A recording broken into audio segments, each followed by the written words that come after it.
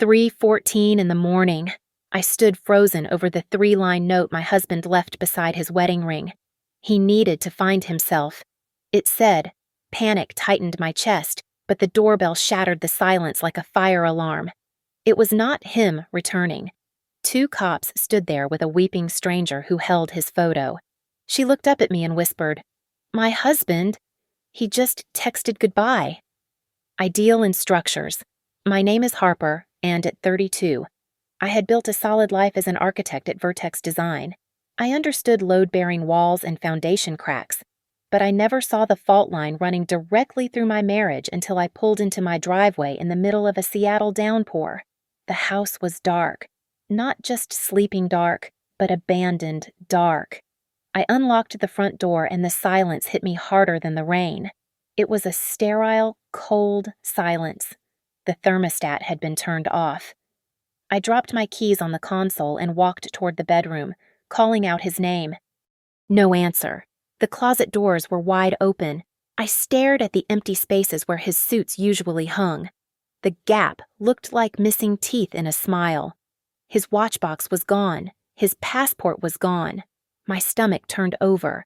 A physical lurch of nausea that sent me stumbling into the kitchen. That was when I saw it. A single sheet of lined paper on the granite island, anchored by his wedding band. I picked up the note. The handwriting was jagged, hurried. It spoke of pressure I apparently never noticed, and a need to find himself that he had never voiced. It ended with a hollow apology and a request that I do not look for him. I stood there for a long time. My first instinct was a frantic worry that he had suffered a mental break or been kidnapped, but the missing suits whispered something far more calculated. Worry curdled into a sharp, bleeding suspicion. I dialed his number. It went straight to voicemail. I dialed again and again. I was still standing in the kitchen, gripping the countertop, when the doorbell screamed through the house. I looked at the oven clock. It was 3:14 in the morning. Hope surged through me, hot and irrational. He had come back. He had realized how insane this was and turned the car around. I ran to the foyer, my heart hammering against my ribs, and threw the door open. Liam. I choked out. It was not Liam. 2 uniformed police officers stood on my porch, rain dripping from the brims of their hats. Between them stood a woman I had never seen before. She was soaked to the bone, her coat buttoned wrong, her mascara smeared in dark streaks down her cheeks. She was shaking so violently I could hear her teeth chattering. One of the officers stepped forward. "Ma'am, are you Harper?" he asked. "Yes," I said, my voice barely a whisper. "Is he hurt? Is Liam hurt?" The officer exchanged a look with his partner before pulling a printed photograph from a plastic folder. He held it up to the porch light.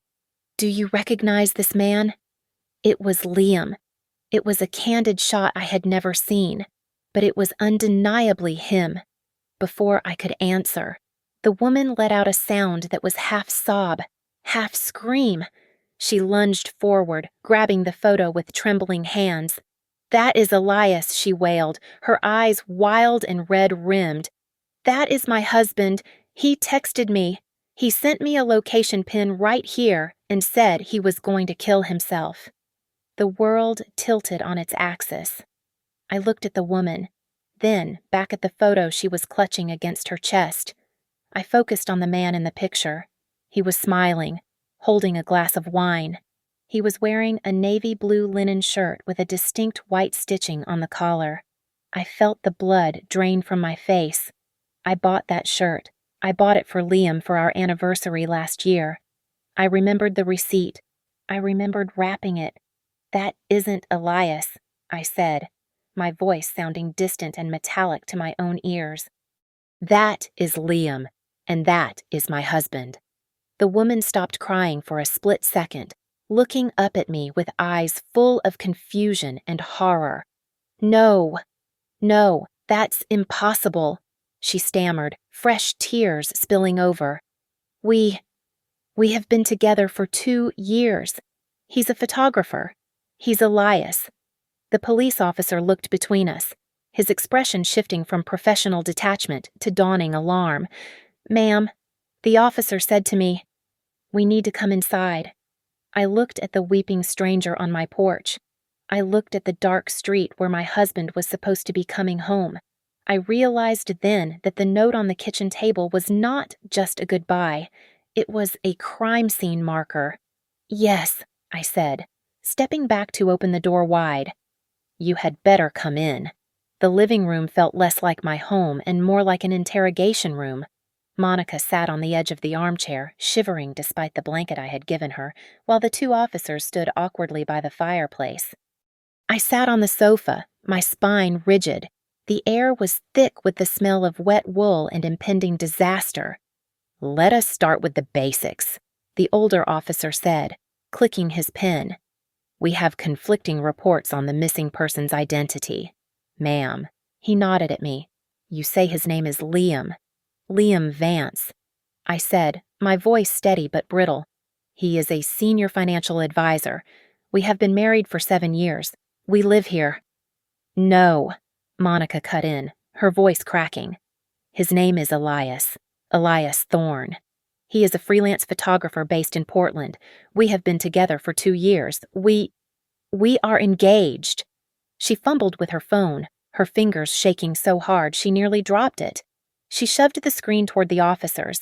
I leaned in, unable to stop myself. The screen showed a selfie. It was Liam, wearing a flannel shirt I did not recognize, smiling with his arm around Monica in front of a recognizable Portland landmark. He looked happier than I had seen him in months. "He sent me this 2 days ago," Monica sobbed.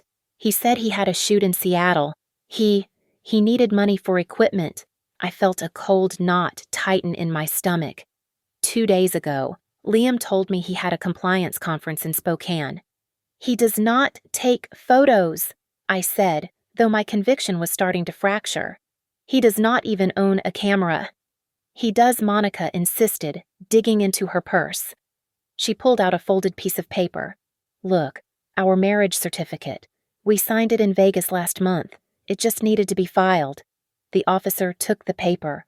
I saw the skepticism in his eyes. It was a cheap novelty certificate, the kind you buy at a souvenir shop. But to Monica, it was Holy Writ. "Ma'am, this is not a legal document," the officer said gently. "It is real to us," she cried. He loves me." I stood up and walked to the calendar on the fridge. I traced the dates of Liam's business trips over the last year. The week in Chicago, the 3 days in San Francisco, the weekend seminar in Denver. "When did you meet him?" I asked Monica, not looking at her. 2 years ago," she whispered. "At a coffee shop in Portland, and he visits you on weekends," I asked. "Or during the week, mostly weekdays," she said, wiping her nose. He works weekends usually, shooting weddings." The timeline locked together with a terrifying click. Liam never worked weekends. He was always home, playing the role of the doting husband, mowing the lawn, watching football, but his weekdays were often filled with client dinners and late meetings. He had not been working late. He had been driving to Portland. He had been living a completely different life. The younger officer's radio crackled. He stepped away, listening intently, then turned back to us. His face was grim. "We have a hit on the vehicle," he said. Traffic cameras picked up a black SUV registered to Liam Vance heading north on Interstate 5 about 2 hours ago. He is almost at the Canadian border." The room went silent. The suicide note was a lie. The text to Monica was a distraction. He was running. My mind raced backward, replaying the last few years like a corrupted film reel. I saw Liam placing his phone face down on the dinner table every single night. I saw him withdrawing cash for misc expenses that he claimed were for gifts I never saw. I remembered the way he violently refused to let me tag him in photos on social media, claiming he needed to maintain a professional distance for his high-net-worth clients. It was never about professionalism. It was about erasure. Monica let out a low moan, burying her face in her hands. "I gave him everything," she choked out. I just gave him $50,000 yesterday. He said he needed it to open his own studio. It was my inheritance. My blood ran cold. The temperature in the room seemed to drop 10 degrees. "Excuse me," I said. I pulled my phone from my pocket. My fingers felt like ice as I opened our banking app. The Face ID took a second too long to recognize me. The little loading wheel spun, mocking me. The officers were thanking us, saying they were going to coordinate with Border Patrol and issue an alert, but their voices sounded like they were underwater. The screen loaded. I stared at our joint savings account, the account where we had been saving for a down payment on a vacation home. The number stared back at me, stark and impossible. $0 and 0 cents. I tapped the transaction history. A single transfer had been initiated at midnight. "He took it," I whispered, the reality crashing down on me harder than the realization of the affair. He took it all. The silence that filled the house after the police left was not peaceful. It was heavy, suffocating, and reeked of betrayal. Monica sat on my sofa, looking less like a rival and more like a mirror image of my own stupidity. We were not enemies. We were just two different line items on Liam's balance sheet. I did not offer her tea. I offered her a charger for her phone and then picked up mine to dial the 24-hour fraud line for my bank. My hand was steady now. The shock had burned off, leaving behind a cold, crystalline clarity. "I need to freeze all secondary cards immediately," I told the representative. I paced the living room floor. "And I want a full audit of all limit increases in the last 48 hours. I listened to the voice on the other end, my jaw tightening until it ached. "He raised it," I repeated, my voice flat. "He raised the limit to $50,000 yesterday morning, and it is maxed out." I hung up and looked at Monica. She was staring at her hands. "Check your credit," I told her. "Right now." I can't," she whispered, picking at a loose thread on the throw blanket. "He didn't just take my cash. Elias said he had trouble with traditional banks because of his freelance work. He made me borrow from these private investors. They are not nice people. I signed for $80,000 last week. Loan sharks," I stated. It was not a question. He said it was for the studio. She sobbed. "He said we would pay it back in a month." I walked past her, heading straight for Liam's home office. This was not a midlife crisis. This was not an affair. This was an exit scam. Liam was a con artist, and he had just executed his final act. I threw the door open. The room smelled like sandalwood and lies. I am an architect. I understand space. I understand that a built-in bookshelf on an exterior wall should have 12 inches of depth, but the section near his desk only had 8. I began pulling books off the shelves, throwing them onto the floor in a heap. "What?" "What are you doing?" Monica asked from the doorway. I ignored her. I found the seam in the wood behind a row of encyclopedias nobody reads anymore. I jammed a letter opener into the crack and pried. The panel popped open. It was a go bag. Inside, there were stacks of cash my cash, probably, and a plastic organizer. I pulled it out and dumped the contents on his desk. 4 passports slid out. "Oh my God," Monica breathed. I opened them. Different names, different nationalities, but the same charming smile in every photo. The stamps showed he had been planning this for months. He had been building a runway while I was picking out curtains. Under the passports was a small black moleskin notebook. I opened it. It was filled with neat, meticulous handwriting. "Harper likes lilies, allergic to shellfish. Anniversary May 12th. Guilt trigger mention her working late. Monica likes roses, hates horror movies. Anniversary August 4th. Guilt trigger mention my lonely childhood." I felt bile rise in my throat. He had not just memorized our birthdays. He had studied us. He had documented our emotional triggers like he was programming a machine. I flipped to the last used page. Today's date was circled in red ink with a single phrase D-Day. "Look at this," I said. pointing to a note next to the date. Life insurance maturity $500,000. He cashed it out, I said, the realization hitting me like a physical blow. The policy my father bought for us. It matured yesterday. Monica walked over to the desk, her eyes fixed on the ring on her finger. It was a massive diamond. Or at least, that is what Liam had told her. He told me this cost $20,000, she said, her voice trembling. He said it was an heirloom setting. I grabbed a heavy glass paperweight from the desk and held out my hand. Give it to me. She hesitated, then slid the ring off and dropped it into my palm. I placed it on the hardwood floor and brought the paperweight down with all my strength. The stone did not chip. It shattered into white powder. Glass. It is fake, I said. Just like him. Monica collapsed into the office chair, weeping into her hands. I looked at the passports, the notebook, and the empty space where my husband used to exist.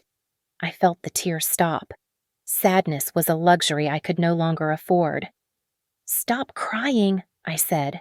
Monica looked up, startled by the coldness in my voice. The police will file a report, and they will wait for him to use a credit card, I said, picking up the notebook. But he will not use one. He has cash, and he has a head start. If we wait for the system, he wins. I walked to the window and looked out at the rain. I am going to hire the most vicious divorce lawyer in the city, I said. And then I am going to hire a private investigator who does not care about jurisdiction. He took my past. He took your future. I am not going to let him keep the money. Julianne Sterling, the senior partner at Sterling & Partners, did not offer me a tissue. She offered me a weapon. She sat behind a desk that cost more than my first car, her eyes scanning the flimsy evidence I had managed to gather. Civil lawsuits take years. Harper, Julianne said, her voice sharp and devoid of pity. If we file for divorce, he will drag it out while he drinks margaritas on a beach we cannot name. You need to stop thinking like a wife and start thinking like a prosecutor. We need criminal intent to get an emergency asset freeze. Find me the smoking gun. I did not go home. I went to the address on a crumpled receipt I had found tucked inside the lining of Liam's old leather wallet. It was for a monthly rental at a storage facility in an industrial district south of the city. Monica drove us. She was still shaking, but the shock was hardening into a fragile resolve. Unit 402, I said, punching the code into the keypad. The metal gate rolled up with a screech that echoed in the empty corridor. The smell of stale air hit us first. Then, the visual shock. It was not a storage unit. It was a costume department for a one-man show. Racks of clothes lined the walls.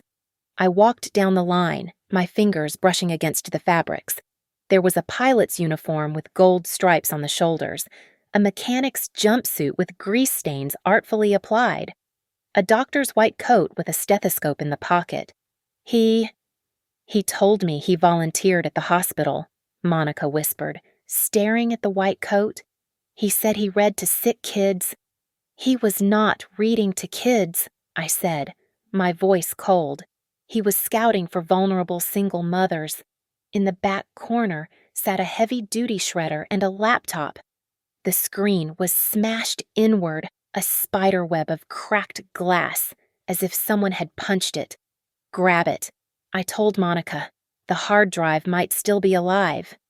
We drove straight to the apartment of my friend Marcus, an IT specialist who owed me a favor for redesigning his kitchen. He looked at the battered machine, raised an eyebrow, and plugged it into his rig. It took 40 minutes of agonizing silence before lines of code began to scroll down his monitor. He is sloppy, Marcus muttered. He physically destroyed the screen, but didn't wipe the drive. Amateurs. He opened a folder simply labeled Portfolio. I expected to see financial documents. Instead, I saw faces. Dozens of subfolders, each named after a woman. Inside were scans of driver's licenses, credit reports, and intimate photos used for blackmail. There were spreadsheets tracking their ovulation cycles, their paydays, and their emotional weaknesses. Oh, God, Monica gagged, turning away. There are so many. Play that, I said, pointing to an audio file dated 3 months ago. Marcus clicked play. Liam's voice filled the room, but the tone was wrong. He was sobbing. I am so sorry, babe. I tried to make it work. The market just crashed. Then, silence. Then, his normal voice, calm and terrifyingly steady. No, that is too whiny. Try again. More despair. Less pathetic. He was directing himself. He was rehearsing the apology he gave me when he claimed he lost $10,000 of our savings in a bad stock trade. I felt a cold rage settle into my marrow, displacing the grief entirely. The recording continued. I heard the sound of him laughing. She bought it. Liam's voice sneered on the recording. Harper is sharp with blueprints, but she is a naive ATM when you play the victim card. I stared at the spinning speakers. A naive ATM. That was all I was.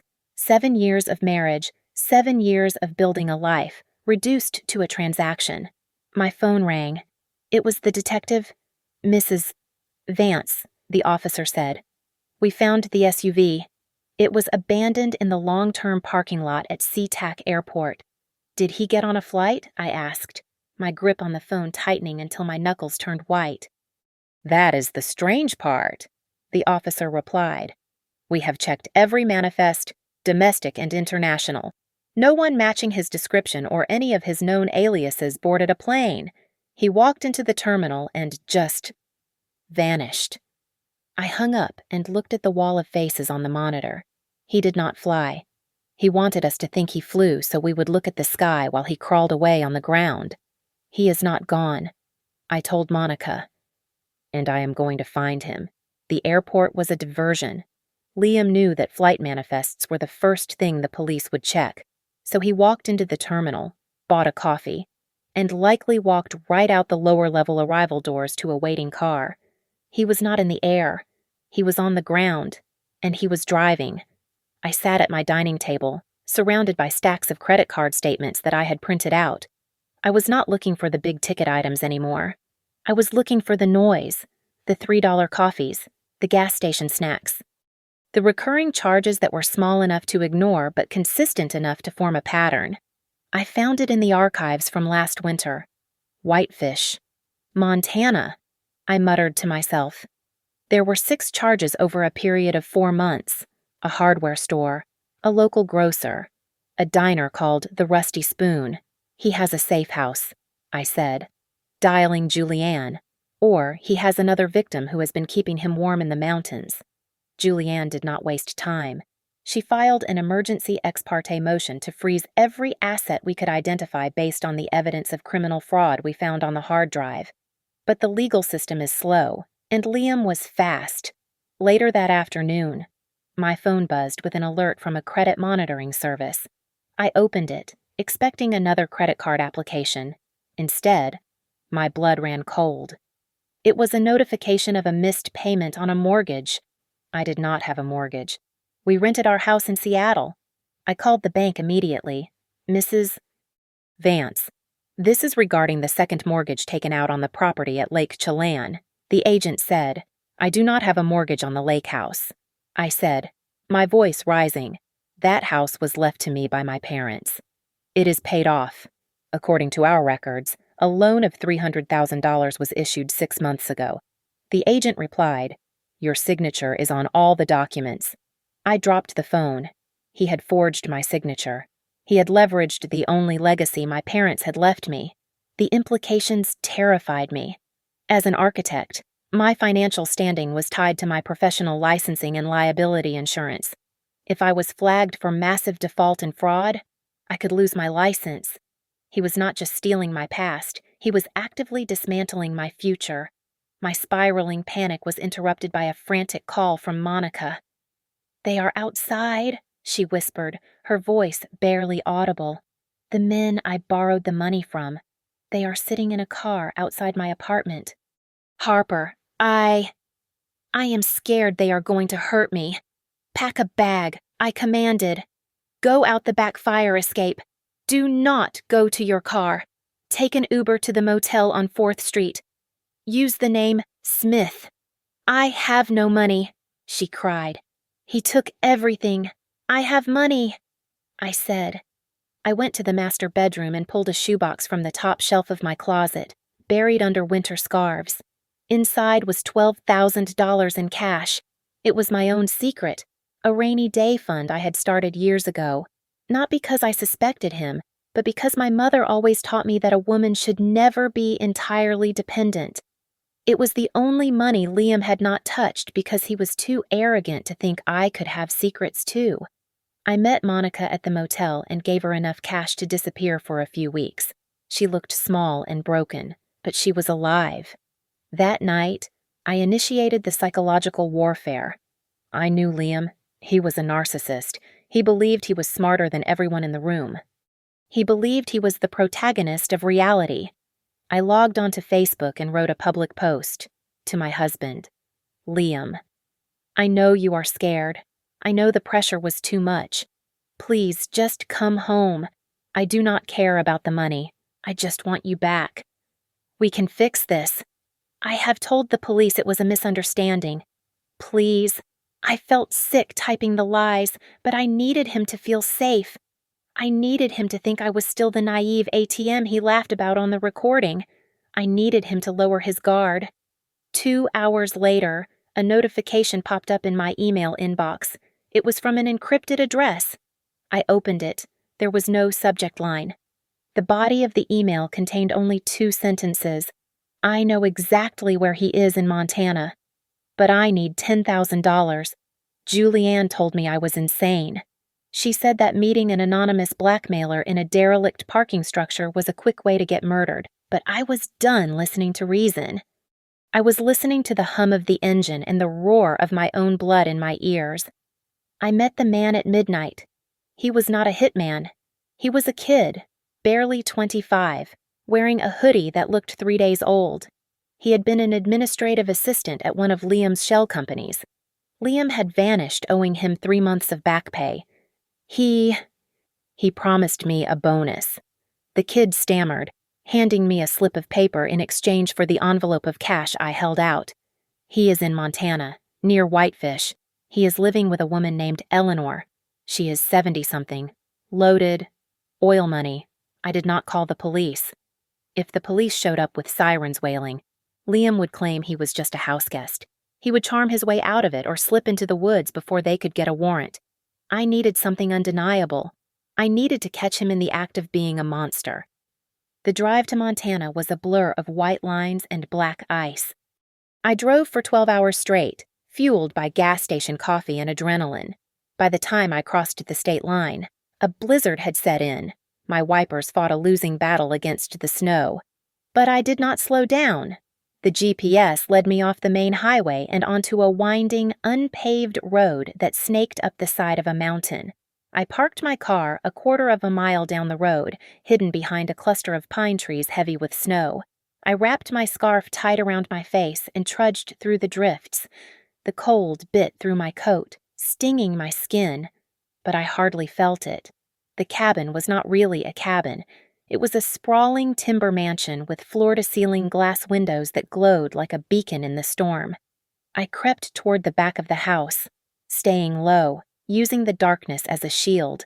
I found a vantage point behind a stack of firewood near the kitchen window. I wiped the frost from the glass and peered inside. There he was. Liam was wearing a thick beige cardigan I had never seen. Looking for all the world like a dutiful grandson, he was standing at the kitchen island, stirring a pot of soup. An elderly woman sat at the table, her back to me, frail and hunched. I pulled out my phone and hit record. Liam reached into his pocket and pulled out a small orange prescription bottle. He glanced at the woman, checked the doorway, and then crushed several pills into a fine powder on the counter. With a practiced motion, he swept the powder into the soup bowl and stirred it vigorously. Here we go. Eleanor. I could see his lips move, though I could not hear the words through the glass. He placed the bowl in front of her with a smile that was terrifyingly warm. My hands shook, but I kept the camera steady. This was not just fraud. This was elder abuse. This was poisoning. I watched as the woman ate. 20 minutes later, her head began to droop. Liam helped her stand, guiding her stumbling form out of the room. He returned alone a moment later. The mask of the kind caregiver dropped instantly. His face went hard and hungry. He walked straight to a large oil painting on the far wall and swung it open to reveal a wall safe. I leaned closer, trying to get a better angle of him manipulating the dial. Crack, under my boot. A dry branch snapped with the volume of a gunshot in the silent, snowy night. Liam froze. His head snapped toward the window. Our eyes did not meet, but he knew someone was there. Who is out there? I saw him mouth the words. He did not run. He reached above the fireplace and pulled down a double-barreled hunting rifle. He racked the slide and marched toward the back door. Panic seized me. I scrambled backward, my boots slipping on the ice. I heard the back door unlock. I said, "Who is out there?" His voice boomed into the night, distorted by the wind. I threw myself behind the woodpile just as the door swung open. A beam of light from a flashlight cut through the falling snow, sweeping over the spot where I had just been standing. I held my breath, my heart hammering against my ribs so hard I thought he would hear it. He stepped out onto the porch, the rifle raised. He stood there for an agonizing minute, listening to the wind. "Must be a deer," he muttered, turning back inside. The moment the door clicked shut, I ran. I ran through the knee-deep snow, stumbling, falling, and getting back up until I reached my car. I threw it into reverse and backed down the mountain road without turning on my headlights until I was back on the highway. I touched the phone in my pocket. I had him. I had everything. The drive back to Seattle was a blur of adrenaline and cold calculation. I handed the flash drive to the lead detective, a man named Henderson, who watched the video of Liam poisoning Eleanor with a jaw set tight in anger. Julianne was already drafting the paperwork to ensure that when the Montana police moved in, they would treat the scene as an active attempted homicide, not just a white-collar arrest. "We move in 2 hours," Henderson said, reaching for his radio.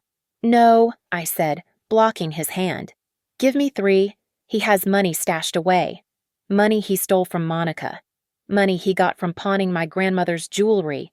If you kick down that door now, he claims indigence and that money stays buried in some offshore crypto wallet forever.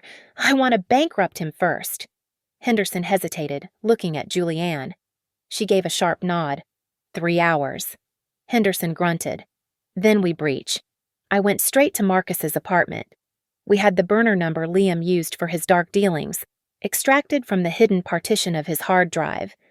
I sat in front of the computer, took a deep breath, and prepared to play the role of a lifetime.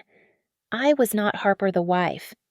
I was Victoria, a frantic heiress looking to hide assets from a messy divorce. I sent the text, "Heard you are a wizard with invisible allocation. I have $2 million that needs to vanish from the IRS by morning. Interested?" The response came in 3 minutes. He was in that cabin, staring at a safe he could not crack, desperate for a lifeline. "I can help," he texted back, "but I need a 5% good faith deposit to verify your liquidity. My fees are non-negotiable." I almost laughed, even now, cornered and freezing in a blizzard. He was trying to hustle me. "Fine," I replied, "but I need proof you are real. You transfer everything you are holding into this escrow wallet to show me you have the infrastructure. Once I see the balance hit, I release the $2 million plus your fee. You have 10 minutes. I waited. The cursor blinked on the screen. I could feel him on the other end, calculating. He was arrogant. He believed he was the smartest predator in the forest. He believed Victoria was just another rich, stupid sheep waiting to be sheared. "He is biting," Marcus whispered, pointing at the screen. "Incoming transfer." A series of numbers flashed across the monitor. 50,000. $80,000, $112,000. He was emptying every account he had. He was putting all his chips on the table for the big win. Got it, Marcus said, his fingers flying across the keyboard. Funds received. Locking the account. Rerouting to the police seizure holding fund. I watched the balance settle. He was penniless. I opened the chat window one last time. I attached a PDF receipt of the transfer. In the subject line, where the confirmation code should be. I typed 5 words. Hello, Liam. It is Harper. I hit send. 10 seconds later, the burner phone on the desk began to vibrate. I picked it up and put it on speaker. You. His voice was a guttural, wet sound, like an animal caught in a trap.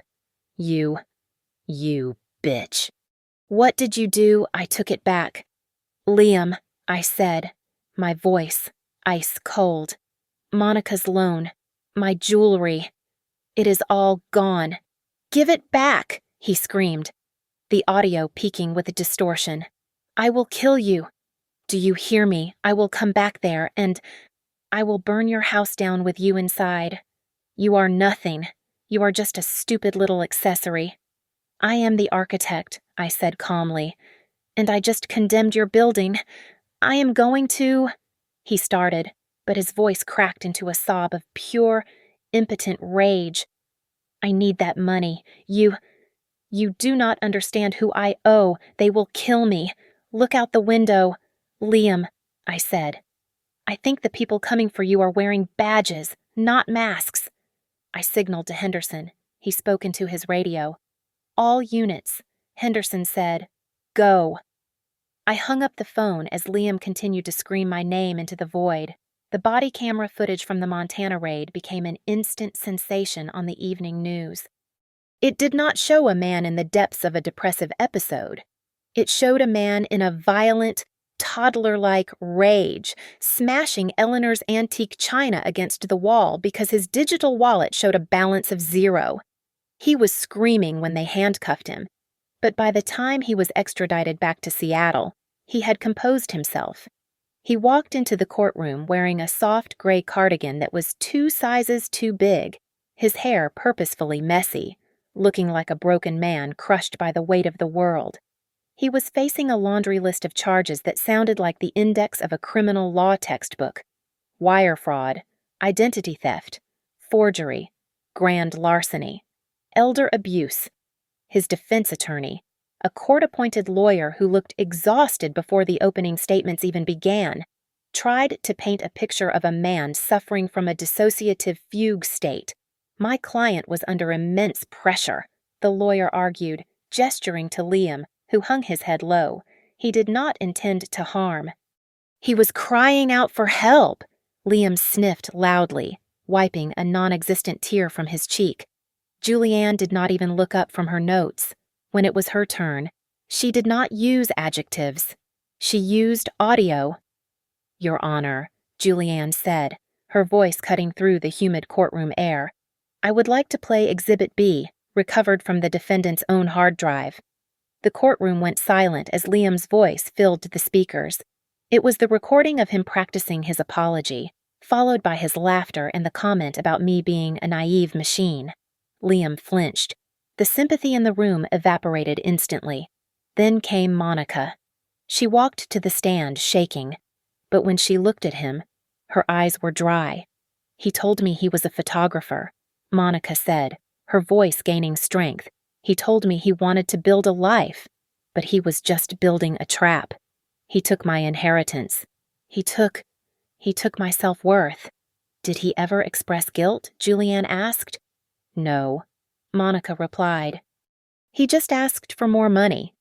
When it was my turn, I did not cry. I had cried enough in the empty hallway of my house. I treated the witness stand like a podium at a client presentation. I laid out the timeline. I explained how he forged my signature on the Lake House mortgage. I detailed the systematic draining of our joint accounts. This was not a mental health crisis. I told the jury, looking directly at Liam, this was a business model. I was not his partner. I was his overhead. The judge, A stern woman with sharp glasses and zero tolerance for nonsense looked at Liam with undisguised disgust. "Mr. Vance," the judge said, "the evidence suggests a level of calculation that contradicts your claim of emotional distress." Liam stood up. His hands were clenched into fists on the table. The mask was slipping. He could handle being hated, but he could not handle being exposed as a failure. "She entrapped me," Liam shouted, pointing a shaking finger at me. "She? She tricked me into sending that money. She is the criminal here. She is a cold, manipulative—" "Sit down. Mr. Vance," the judge barked. "No." Liam screamed, his face turning a mottled red. "You do not know her. She thinks she is better than everyone. I made her life interesting. She was nothing without me. I should have taken everything." The courtroom erupted. The stenographer stopped typing, stunned. Liam's lawyer buried his face in his hands. "I am going to assume," the judge said, her voice dangerously quiet, "that the defendant has finished his statement." Liam was dragged back into his seat by the bailiff, panting heavily, his eyes wild. He had just handed the prosecution a confession and a motive wrapped in a bow. By the time court adjourned, the story had gone national. My phone began to ring with calls from numbers I did not recognize. Julianne checked her messages and looked at me with a grim satisfaction. "We have 3 more women on the line," Julianne said. "1 from Denver, 2 from Chicago. They recognized his face on the news. They want to join the lawsuit." I looked at Liam being led away in handcuffs. He was not looking at the floor anymore. He was glaring at me with pure, unadulterated hatred. "Let them come," I said. "We have plenty of room." The judge did not mince words. She looked down from the bench, her expression as hard as granite, and called Liam a predator before sentencing him to 15 years in a federal penitentiary without the possibility of parole. She also ordered restitution in the amount of $400,000, a sum that ensured even if he ever breathed free air again, he would do so in crushing poverty. I watched him being led away. He did not look back. He was already shrinking, his shoulders hunched, the arrogant facade dissolving into the gray reality of a prison jumpsuit. Winning the case was the end of the war, but the battlefield was still littered with debris. I had to sell the house in the suburbs. It was painful to watch strangers walk through the rooms where I had once imagined raising a family, but it was necessary. The sale price barely covered the fraudulent mortgage Liam had taken out on my family's lake house and the legal fees that had piled up like snowdrifts. I walked away from the closing table with my credit score battered but intact, and a check that was just enough to start over. I bought a small, derelict loft in the industrial district of Seattle. It had good bones but terrible skin. As an architect, it was exactly what I needed. I spent my weekends tearing down drywall and ripping up cheap linoleum. There was something incredibly therapeutic about swinging a sledgehammer. Every time I smashed a wall, I felt a little more of the anger leave my body. I designed a space that was open, honest, and completely mine. No hidden compartments, no secrets. Monica was healing too. With Liam behind bars and the truth exposed in court, Julianne helped us file a harassment order against the loan sharks, proving the debt was incurred through criminal fraud. They backed off, knowing the police were watching. "I am leaving," Monica told me over coffee one rainy afternoon. She looked younger, lighter. "I am going back to Idaho. My aunt has a bakery there. She wants me to run the front of house." "You will be great," I said, squeezing her hand. "You saved my life." "Harper," she whispered, her eyes welling up. I would have drowned without you." "We saved each other," I replied. "We still text. Last week, she sent me a picture of a cinnamon roll the size of a dinner plate. She is happy." My healing was quieter. A month after the sentencing, a letter arrived at my office. The return address was stamped with the seal of the Cedar Creek Correctional Facility. I sat at my desk at Vertex Design, holding the envelope. I knew exactly what it was. It would be a performance. He would plead for forgiveness. He would talk about God or redemption or the good times. And then, at the very end, there would be a request. He would need money for the commissary. He would need money for an appeal. I did not open it. I did not want to read his script anymore. I walked to the shredder in the copy room and fed the unopened envelope into the teeth. I watched it turn into confetti. Harper. I turned around. It was the CEO of Vertex. "We have been reviewing the quarterly projections," he said. "Your work on the Highland project was exceptional. The clients specifically asked for you to lead the next phase. We want to make you a senior partner." "I would be honored," I said. And for the first time in a year, my smile reached my eyes. Work became my sanctuary, but I needed to do more. I started volunteering at a local women's center on Tuesday nights. I did not teach them how to design houses. I taught them how to inspect the foundation of their relationships. I stood at the podium last night, looking out at a room full of women who looked tired and hopeful. Financial infidelity is real infidelity. I told them, if you do not know where the money is going, you do not know where the relationship is going. A woman in the front row raised her hand. But how do you ask without seeming paranoid? My husband says I am crazy if I ask to see the accounts. Let him call you crazy, I said, my voice steady. I would rather be a crazy woman with a savings account than a sane woman with nothing. It had been exactly 1 year since the doorbell rang and shattered my life. I was clearing out the last box of junk from the garage sale pile when I found it. It was an old key fob for a luxury car Liam never owned. I almost tossed it into the trash, but the weight felt wrong.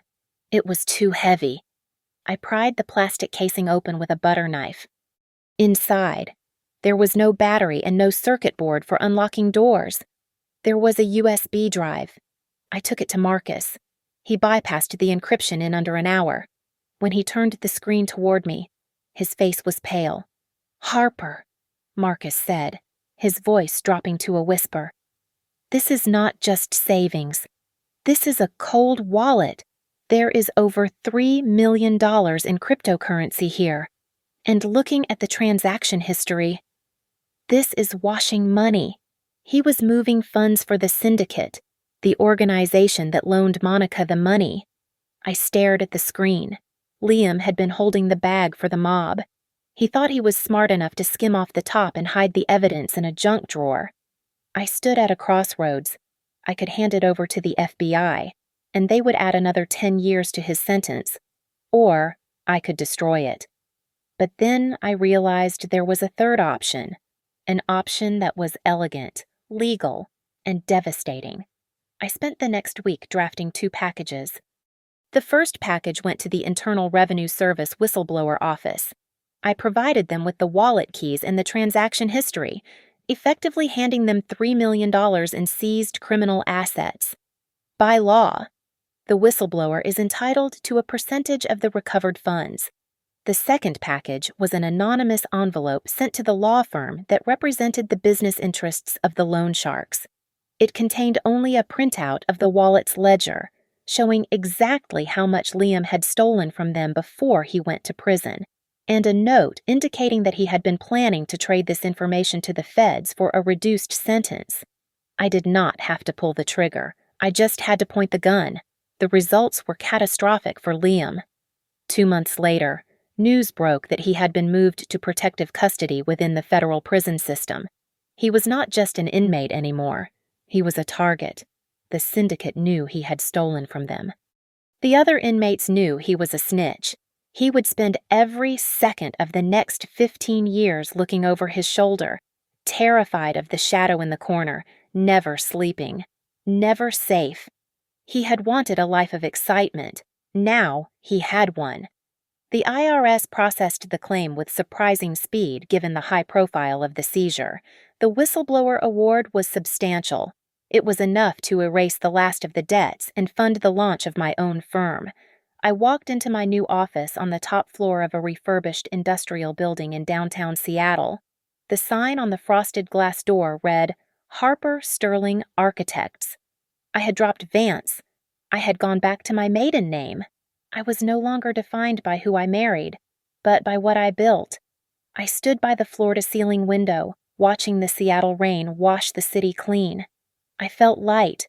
The heavy coat of victimhood I had worn for a year was gone.